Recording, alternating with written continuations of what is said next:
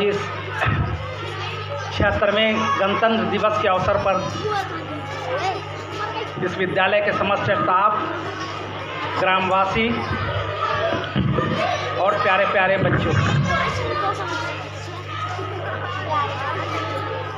मैं एक पंक्ति से अपनी वाणी शुरू करता हूँ कि आज़ादी का जश्न मनाओ, आज़ादी का जश्न मनाओ, लेकिन जश्न तो तब होगा। आज़ादी का जश्न मनाओ, लेकिन जश्न तो तब होगा गांधी जी की सत्य अहिंसा गूंज उठे शहनाई। सबसे पहले आज के इस पावन पर्व पर आप लोगों को मैं हार्दिक बधाई देता हूं, विद्यालय के समस्त स्टाफ को भी कि आपने बहुत सुंदर कार्यक्रम छोटे छोटे बच्चों के माध्यम से यहाँ आयोजित किया, इसके लिए भी आपको बधाई देता हूँ। लेकिन बच्चों थोड़ा ध्यान से सुनो कि आज जो हम लोग यहाँ इकट्ठे हैं, जो गणतंत्र दिवस मना रहे हैं, इसका उद्देश्य क्या है, इसका महत्व क्या है, क्यों मना रहे हैं इसको जानना बहुत आवश्यक है, क्योंकि आप कल के भविष्य हैं। बड़े होकर आप भी गांधी, नेहरू, सुभाष चंद्र बोस बन सकते हैं, क्योंकि समाज को एक सही दिशा देने के लिए आपको शिक्षा बहुत आवश्यक है। बच्चों, आज के पहले यानी कि 26 जनवरी 1950 को जब हमारा संविधान लागू हुआ, 26 जनवरी को क्यों लागू हुआ हम इसको भी जानें। 15 अगस्त 1947 को हमारा देश आज़ाद हुआ। उसके पहले हम लोग अंग्रेज़ों की ग़ुलामी में थे, अंग्रेज़ हम पर शासन करते थे, हम खुली हवा में सांस नहीं ले सकते थे, हम अपनी अभिव्यक्ति भी नहीं कर सकते थे, ना अपने विचारों को बता सकते थे, हमें शिक्षा का अधिकार भी नहीं था। ये सब अधिकार हमें आज़ादी के बाद मिला। लेकिन ये अधिकार मिला कैसे? आज़ाद तो हम हो गए 15 अगस्त को, लेकिन किसी भी संस्था, किसी भी देश को चलाने के लिए एक आइन की ज़रूरत होती है, एक कानून की ज़रूरत होती है। उसी कानून के किताब को हमारे डॉक्टर भीमराव अंबेडकर जी की अध्यक्षता में संविधान सभा ने एक कमेटी बनाई थी और भारत का संविधान लिखा गया। भारत का संविधान लिखने के लिए दुनिया के लगभग जितने भी विकसित देश हैं, उनके संविधान से जो अच्छी अच्छी बातें थी वो ली गई, जैसे मौलिक अधिकार, नीति निर्देशक तत्व इत्यादि ऐसे बहुत सारे हैं जो कि दुनिया के संविधान से ली गई। और हमारा जो संविधान है वो दुनिया का सबसे बड़ा संविधान है। और उसके बाद इसको बनाने में 2 साल 11 महीने 18 दिन लग गए थे और संविधान सभा ने इसको 26 नवंबर 1949 को इसको पारित किया। लेकिन 26 नवंबर को ये लागू हो जाना चाहिए था, कि क्यों नहीं लागू हुआ?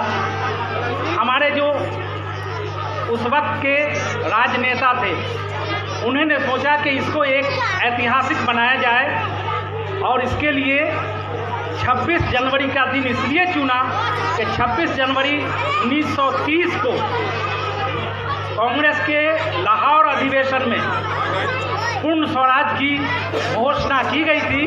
उसी 26 जनवरी के उपलक्ष्य में 26 जनवरी को संविधान को लागू करने का दिन तय किया गया और 26 जनवरी 1950 को हमारा संविधान लागू हो गया, जिसके अनुसार आज हम लोग जीवन अपना बिता रहे हैं। लेकिन संविधान तो लागू हो गया, लेकिन संविधान के अनुसार हम कितना चल रहे हैं, संविधान का कितना पालन कर रहे हैं, ये सारी जिम्मेदारी हमारे ऊपर है कि हम संविधान का पालन करें, संविधान में दिए गए प्रावधान के अनुसार हम अपना जीवन यापन करें।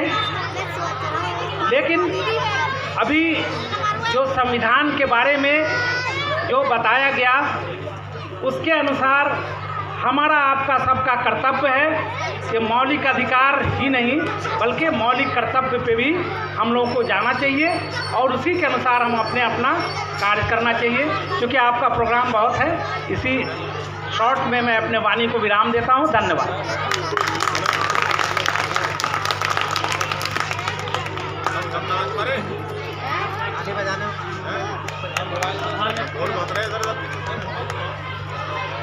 आदरणीय खंड शिक्षा अधिकारी जी का उद्बोधन समाप्त हुआ। हम उनका तहे दिल से आभार व्यक्त करते हैं। और सर आपके लिए 4 पंक्तियां कहना चाहूँगा कि सुलगती धूप घनी चांदनी सी होती है, सुलगती धूप घनी चांदनी सी होती है, आपके साथ ये दुनिया नहीं होती है।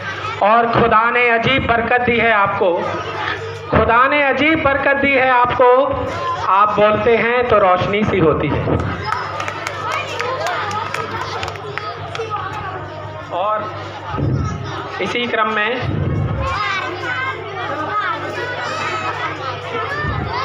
अपने आंचल को भिगोती ही चली जाती है, अपने आंचल को भिगोती ही चली जाती है, जिंदगी रोती है तो रोती ही चली जाती है।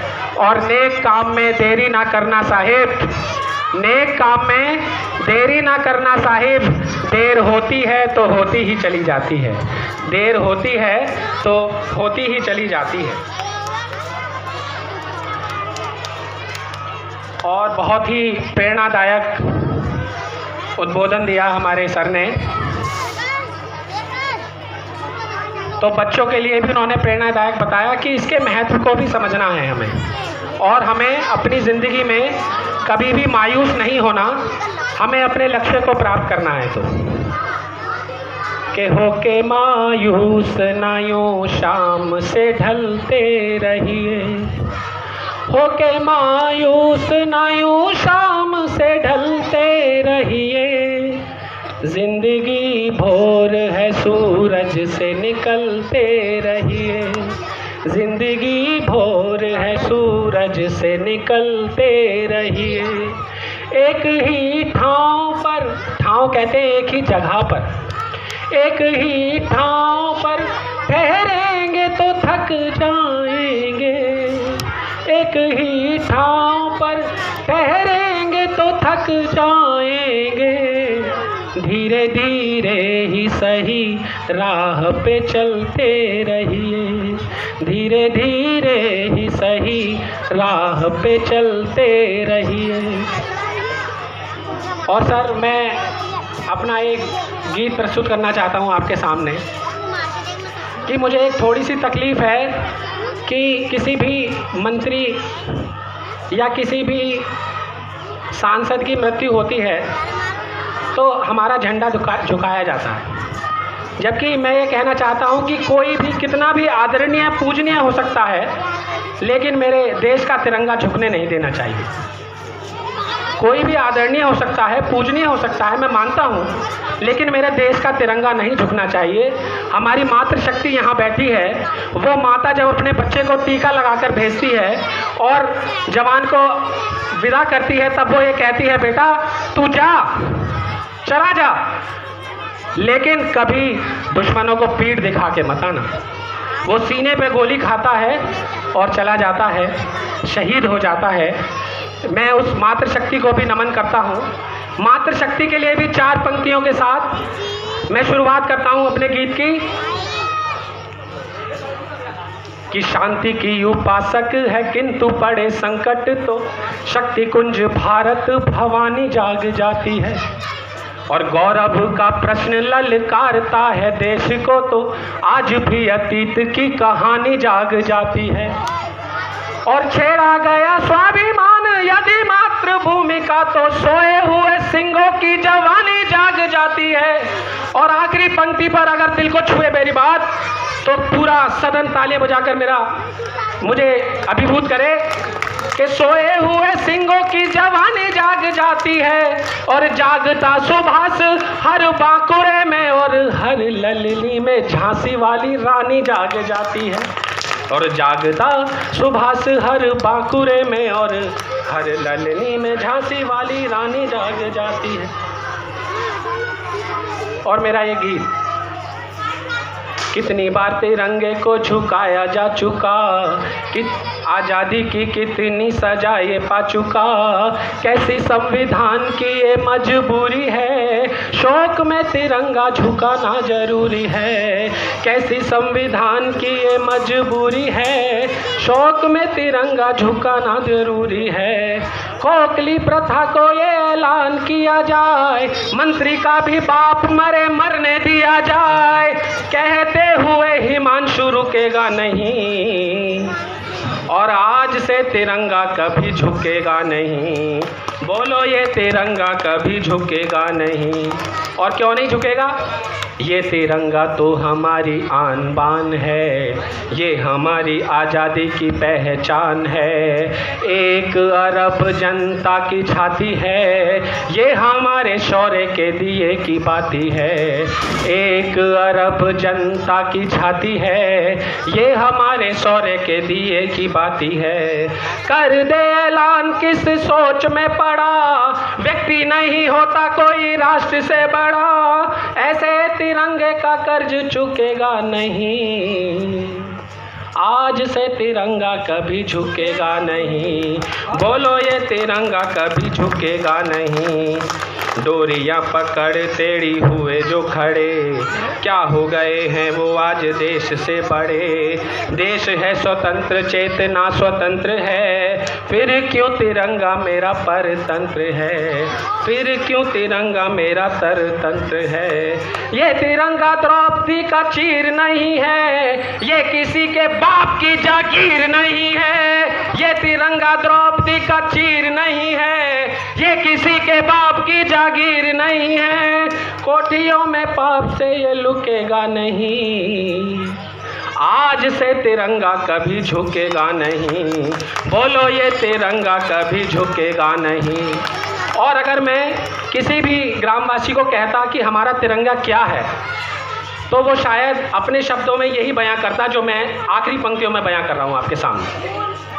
केसरिया माता का श्रृंगार दान है, केसरिया माता का श्रृंगार दान है, श्वेत रंग शांति की जुबान है, चक्र शौर्य शक्ति का खुला बयान है, हरा रंग हरा भरा हिंदुस्तान है, हरा रंग हरा भरा हिंदुस्तान है, यानी तिरंगा हमारी आन बान है, ये झुका तो राष्ट्र का ही अपमान है, गद्दारों की मौत पे ये थूकेगा नहीं।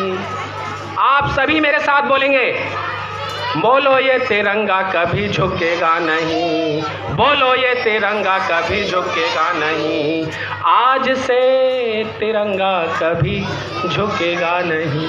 धन्यवाद।